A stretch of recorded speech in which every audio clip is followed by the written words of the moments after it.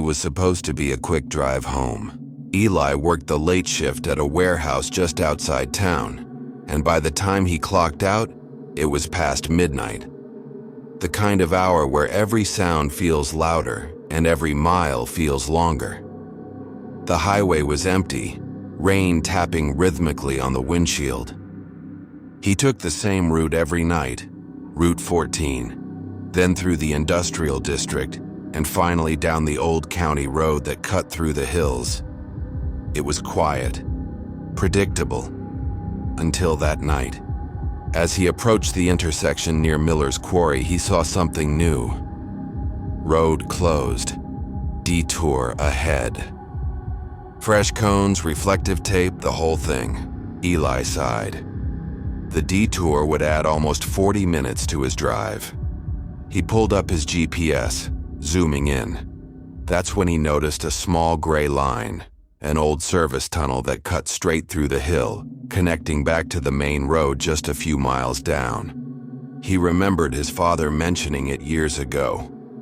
That tunnel's been sealed since the 80s, his dad had said once. They had a cave-in or something. Whole project was shut down. Eli stared at the map. It looked passable enough. He thought about how tired he was, how much he hated the idea of sitting behind a detour for another 40 minutes. One bad decision, that's all it took. He turned off the main road, his headlights slicing through the fog. The air grew thicker, heavier. The asphalt turned to cracked concrete. Weeds grew up through the seams. After a few minutes, he saw it. The mouth of the tunnel. Massive, black as ink. A faded sign hung at an angle beside it. "Do not enter unsafe structure." Eli slowed down but didn't stop. "It's just an old tunnel," he muttered, gripping the wheel. In and out. As soon as he drove in, his radio went silent. The static cut out completely. Even his phone lost signal. The only sound was the hum of the engine and the echo of tires on wet concrete. He turned on his high beams. The light stretched only a few dozen feet before being swallowed by the dark. The tunnel was lined with damp, stained concrete and rusted metal pipes. Water dripped from somewhere above, steady and hollow. A few minutes in, he started to feel strange.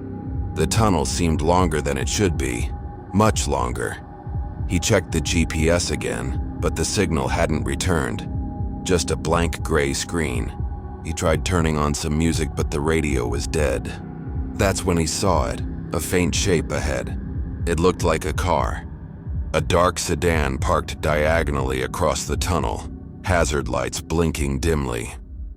Eli slowed down, honking once. No movement. He leaned out the window and shouted, "You okay?" Nothing. The rain outside had stopped, but now he could hear something else. A faint scraping sound, like metal dragging against stone.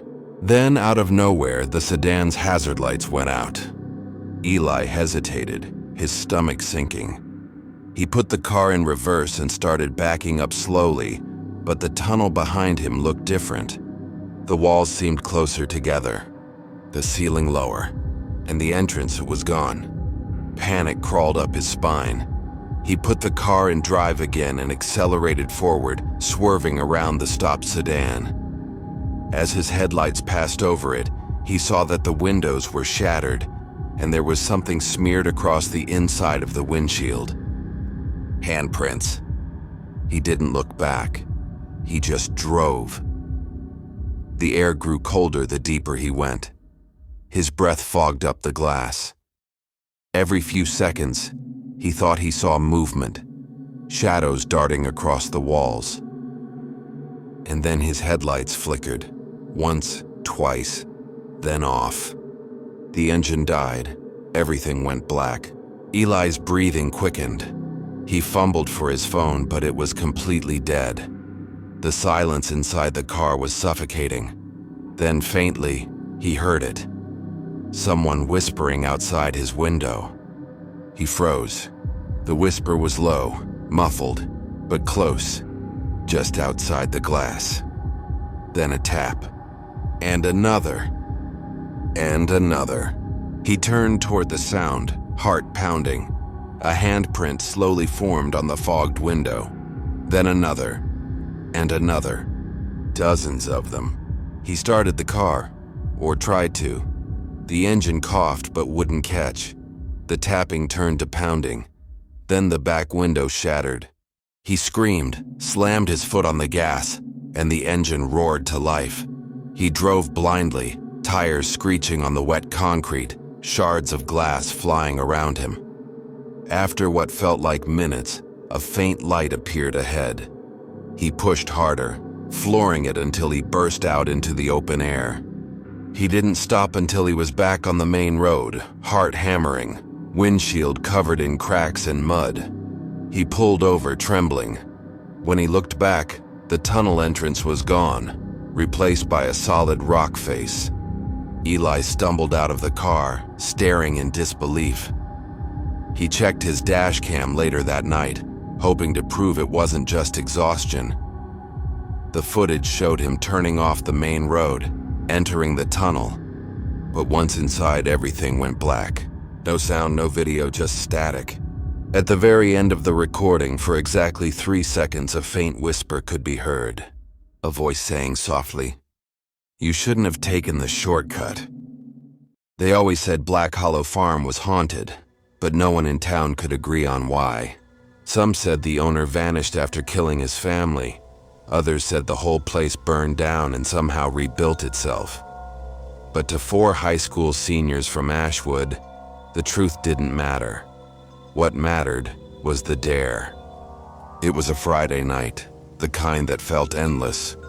Warm wind, distant thunder, the smell of summer rain hanging in the air. Ben, the ringleader, had the idea. He was the kind of guy who couldn't stand silence, who laughed too loud and always needed to be braver than everyone else. Jamie was his best friend, quieter, cautious, but loyal. Then there was Riley and Tom, both in it for the thrill, both armed with their phones and flashlights. The plan was simple. Go inside the farmhouse, reach the upstairs bedroom, and take a photo of the mirror that hung there, proof they made it in and out. Anyone who chickened out before reaching the mirror had to pay for everyone's gas for a week. By midnight, they were standing at the edge of the property. The farmhouse loomed ahead, 2 stories of rotting wood, broken windows, and a door hanging slightly ajar. The tall grass whispered around their legs as they stepped forward. "Man, this place smells like dead animals," Tom muttered, covering his nose. Ben grinned. "That's what makes it fun." The air grew heavier the closer they got. Even the crickets seemed to stop chirping. Inside, the house was a skeleton. Hollow walls, warped floors, furniture draped in mildew and dust. Every step echoed through the emptiness. Riley filmed everything on her phone, narrating in a shaky whisper for their followers. "Midnight, Black Hollow Farm. 4 idiots breaking in where they shouldn't. Let's go." The living room was filled with broken frames and a single rocking chair that swayed slowly, as if pushed by an unseen hand. Jamie froze. "Guys, did one of you touch that?" They laughed it off and moved on, their flashlight beams slicing through the dark. The kitchen smelled of mold and burnt wood. There were deep scratch marks along the walls, too high to be from animals. Ben led the way up the staircase. The steps creaked so loudly it was like the house was groaning under their weight. At the top was a long hallway lined with doors. The 3rd door on the left had a rusted nameplate nailed into it that read, "The Mirror Room." "Bingo," Ben said. Inside, the air was colder, like walking into a freezer. Dust hung thick in the air.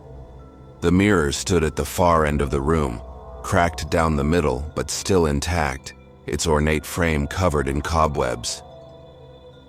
Ben raised his phone. "All right, let's get this over with." They stood in front of it, lined up, and took a quick photo. The flash burst, blinding for a second. When their vision cleared, Riley frowned. Did you see that?" "See what?" She turned her phone around. The photo showed all four of them, but there was a fifth person standing behind them. A tall, pale figure with hollow black eyes, just barely visible in the corner of the mirror. Ben scoffed. "Probably dust or a glare." But then the mirror cracked again, this time on its own. A sharp sound split the air. Everyone jumped. Jamie whispered, "We should go." Ben laughed, but his voice was tight now. "Fine, we're done." They turned to leave, but the hallway outside was wrong. The wallpaper was gone. The light had changed. The air smelled like smoke and something burning. And at the end of the hall stood a man. He was tall, wearing scorched overalls, his face hidden in shadow. He didn't move. "Sir?" Riley called out, her voice trembling. The man raised his hand, not to wave but to point, directly at them. Then every door in the hallway slammed shut at once. They ran, down the stairs through the kitchen, but the door to the outside was gone. In its place was another hallway. Tom screamed, "Where's the exit?" The sound of footsteps followed them, slow, deliberate, heavy. Jamie grabbed Ben by the arm. "You said this was supposed to be empty." I thought it was." They turned a corner and stopped. There was the mirror again, standing in the middle of the hallway. It shouldn't have been there. Their reflection stared back, distorted and wrong. Riley's reflection smiled, but she didn't. Then her phone flew out of her hand and hit the floor, recording as the lights flickered violently. The last thing it caught was all four of them running in opposite directions, and the mirror's reflection showing something different entirely. All four standing still, staring into the glass. The police found their car still parked outside the next morning. Doors open, lights still on. No sign of any of them. A week later, a hiker passing the property found a cracked phone half buried in mud near the back of the house. It still worked. The final video was 32 seconds long. It showed the interior of a dark room. Four people standing motionless in front of a mirror. Their reflections were gone. And then at the very end, the camera tilted, showing the mirror one last time. Four faces pressed against the glass from the inside, mouths open in silent screams. Marcus had been working night security at the old Marlowe building for almost 5 years. It was a relic from the 1950s. 12 floors of abandoned offices and locked archives. Only a handful of tenants left. Most nights it was quiet. Too quiet. The kind of silence that amplifies every echo, every creak of settling metal. The elevator was the one thing Marcus truly hated.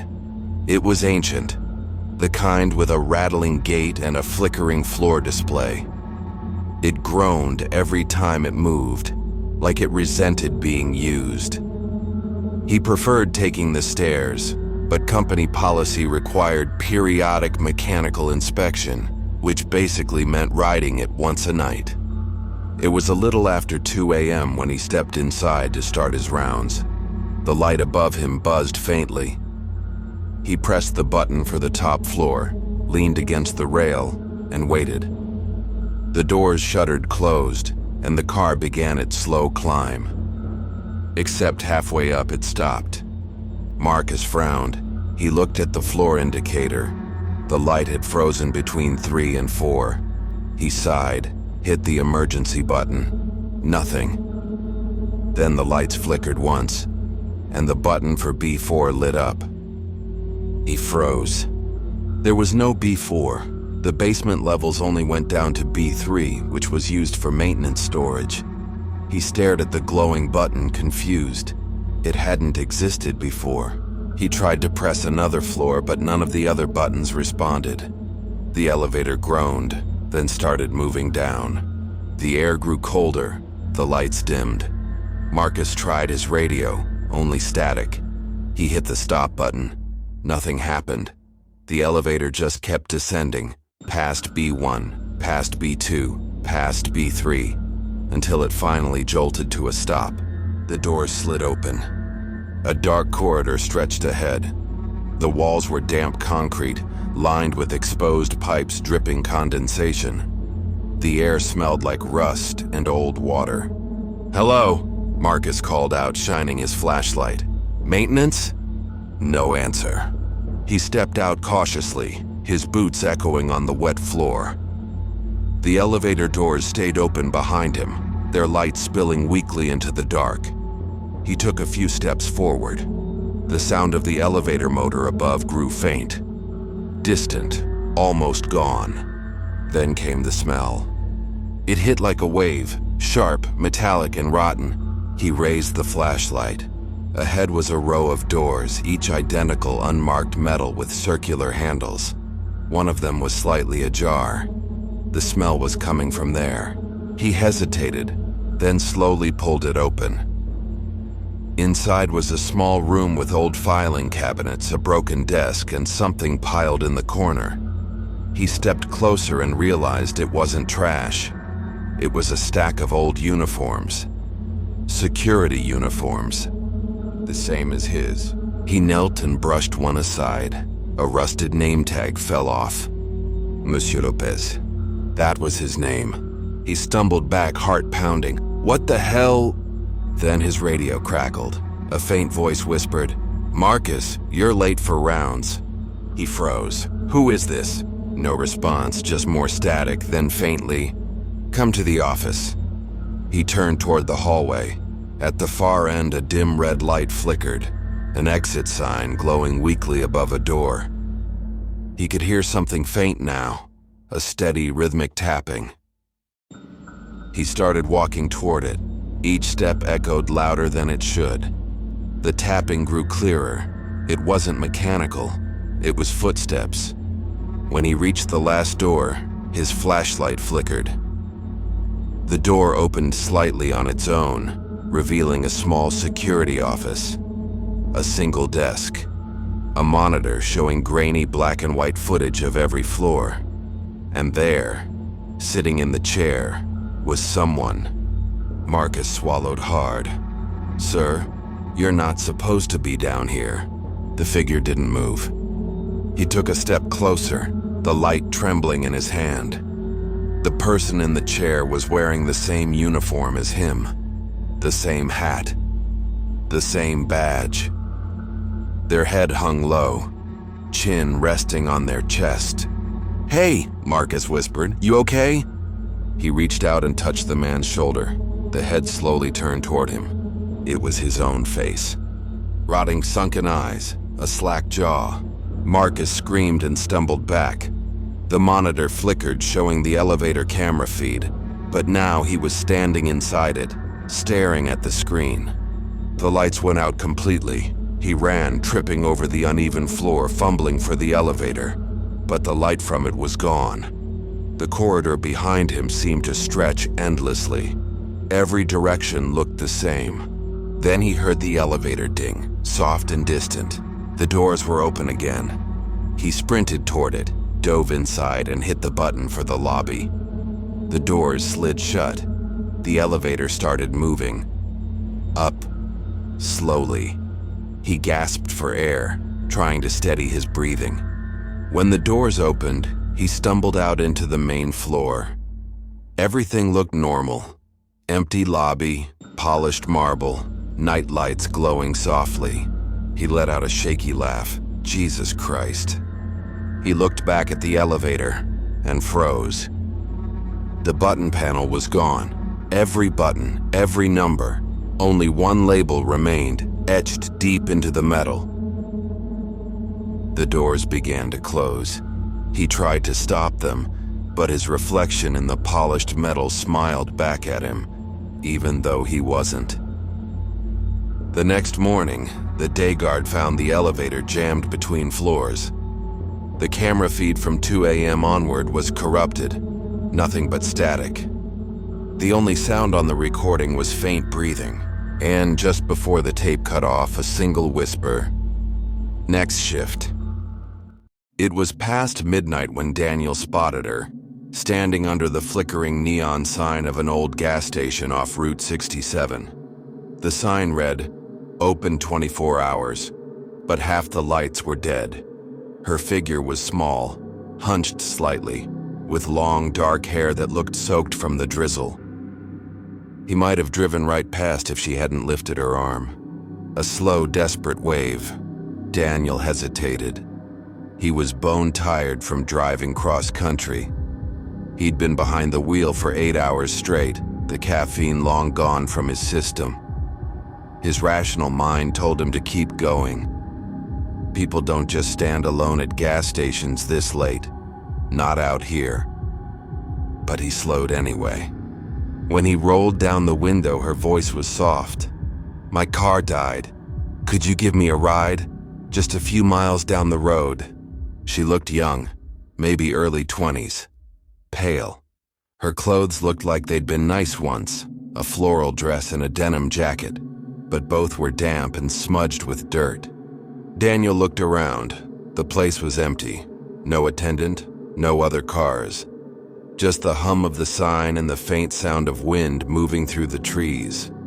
"Sure," he said finally. "Hop in." She smiled faintly and slid into the passenger seat. Her hair smelled faintly of smoke and rain. She thanked him quietly and gave him an address, a road he didn't recognize. They drove in silence for a few minutes. The radio hissed with static, refusing to catch any signal. Daniel tried making small talk. "Rough night, huh?" She nodded, eyes fixed on the window. "You could say that." "You live around here?" "Used to." Something about the way she said it made him uneasy. He glanced at her reflection in the window. Pale skin, blank expression. Every now and then she'd whisper something too faint to make out. After a while, the GPS signaled a right turn onto a narrow dirt road. The trees grew denser. The headlights barely reached beyond a few meters. "This doesn't look like a residential area," Daniel said. She smiled, still staring out the window. "It's not far." A few more minutes passed before he saw it. An old farmhouse, half collapsed, its windows dark. A mailbox leaned at an angle, the name worn off. "Here," she said softly. He pulled over, the car idling. "You sure this is it?" She turned to him then, really looked at him for the first time. Her eyes were gray and distant, like she was looking through him. "Thank you," she said. "I didn't think anyone would stop this time." He frowned. "What do you mean this time?" But before he could ask more, she opened the door and stepped out. No goodbye, no sound, just walked slowly toward the house, her dress trailing in the mud. The porch light flickered, once, then went out completely. Daniel waited for a minute, then two. Something gnawed at him. The place looked abandoned. The front door hung half off its hinges. He got out and called after her. "Hey, you sure you're—" The house was empty, dust, cobwebs, no footprints except his own. He hurried back to his car. The passenger seat was wet. Rainwater pooled on the upholstery. But the weird part wasn't that. It was the smell. The faint, unmistakable scent of gasoline. He grabbed his phone to call someone, anyone.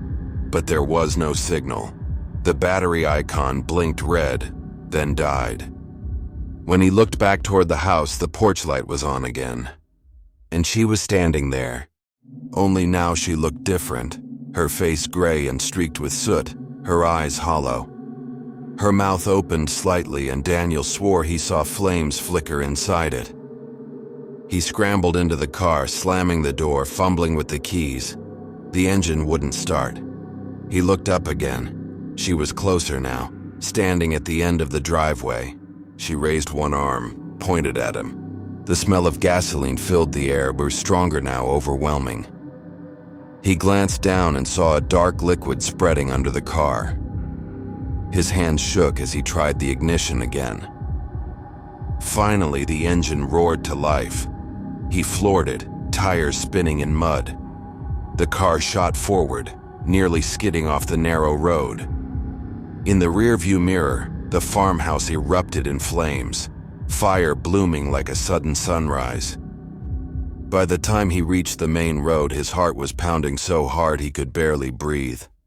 He didn't stop until he reached the next town. At a diner, still shaking, he told the waitress what happened. Her face went pale. "That house?" she asked quietly. "You sure?" He nodded. She took a step back, whispering, "That place burned down 30 years ago. Gas leak. A young woman died there. They say she still waits on the road for someone to take her home." Daniel didn't speak. He just stared out the window at the faint glow in the distance, the glow that shouldn't still be burning. When he got back to his car, the passenger seat was dry. The puddle was gone. But the air smelled faintly of smoke, and on the dashboard sat a damp denim jacket, folded neatly, a faint burn mark across the sleeve. The old apartment building on Whitmore Avenue had stood for nearly a century, its brick facade stained by rain and decades of neglect. The tenants called it the Maze, not because it was big, but because of its strange, inconsistent layout. Hallways that ended abruptly, stairwells that led nowhere, and doors that had been painted shut long before anyone could remember why. Mason had been the building's maintenance worker for almost a year. He wasn't new to creepy basements or weird tenants, but Whitmore had a certain heaviness to it. The lights always buzzed, the pipes always leaked, and some nights, you could swear the walls breathed. One rainy evening, while replacing fuses in the basement, Mason noticed something strange. Behind a row of old filing cabinets was a section of wall that didn't match the rest. Newer paint, no cracks. When he knocked on it, it sounded hollow. He pushed the cabinets aside and found a small metal door, rusted, dented, and sealed with thick layers of dust and cobwebs. A faded tag hung from the handle, written in pencil. "Do not open, sealed for safety." He chuckled to himself. "Safety, huh? Curiosity won." He grabbed his toolbox, forced the latch open, and pulled the door free. The smell that came out was old and wet, like rotting wood and forgotten air. Behind it was a narrow staircase leading down, but that didn't make sense. The basement was already the lowest level. He shined his flashlight down. The stairs descended into total blackness. For a long moment he hesitated. Then, thinking it might lead to a storage area or an old boiler room, he went down. The air grew colder with every step. Dust floated through the beam of his flashlight like ash. At the bottom, he found another door, wooden, heavy, and marked with strange scratches. He tried to open it, it wouldn't budge. Then faintly from behind it, he heard something. A knock, then another. Mason froze. "Hello?" he called out, his voice trembling despite himself. No answer, just another knock, this time louder, closer, right against the door. He stumbled back, hitting the wall. The knocking stopped. For a moment, he thought it was his imagination. Then he heard whispering, faint, muffled, dozens of voices speaking at once, just beyond the door. "Hello?" he tried again, louder. The whispers stopped, then softly a voice, clear this time. "Let us out." Mason turned and bolted up the stairs. He slammed the metal door shut and shoved the cabinets back into place. His hands were shaking so badly he could barely hold the flashlight. He didn't sleep that night. Every time he closed his eyes, he heard knocking, faint, rhythmic, patient. The next day, he told the building manager, Mrs. Heller. She frowned deeply. "That door was sealed for a reason," she said. "You didn't open it, did you?" Mason hesitated, just a little. She sighed. "My father sealed that door in 1964. After the flood, 3 people died down there. The lower hall collapsed. The city condemned it. He said he could still hear them. Mason tried to laugh it off. Probably just pipes or something. Mrs. Heller's expression didn't change. If you hear knocking again, don't answer. He didn't go near the basement for days. But then the complaints started. Tenants said they heard knocking in the walls, lights flickering in the stairwell, the smell of mildew spreading through the vents.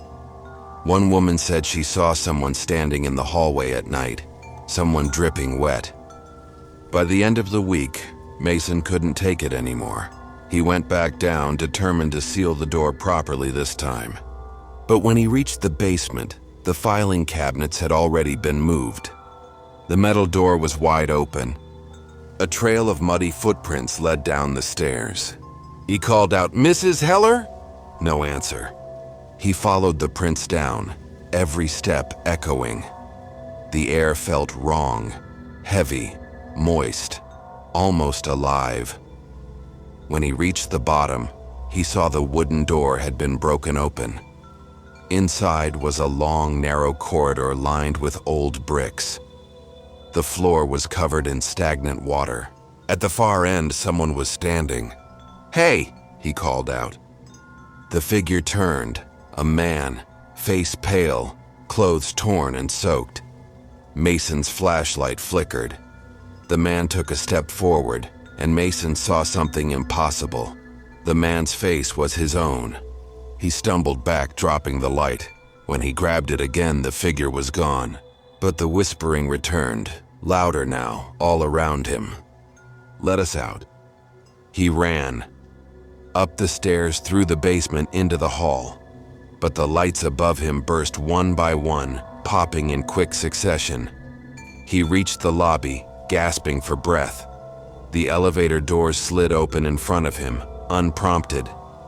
Inside, the reflection in the steel door showed not one, but dozens of faces behind him, all dripping with water, all whispering. He turned to run, but the floor beneath him cracked, splitting open. Cold air and darkness poured out. The voices screamed all at once, a roar of sound and anguish that swallowed everything. The building collapsed 2 days later.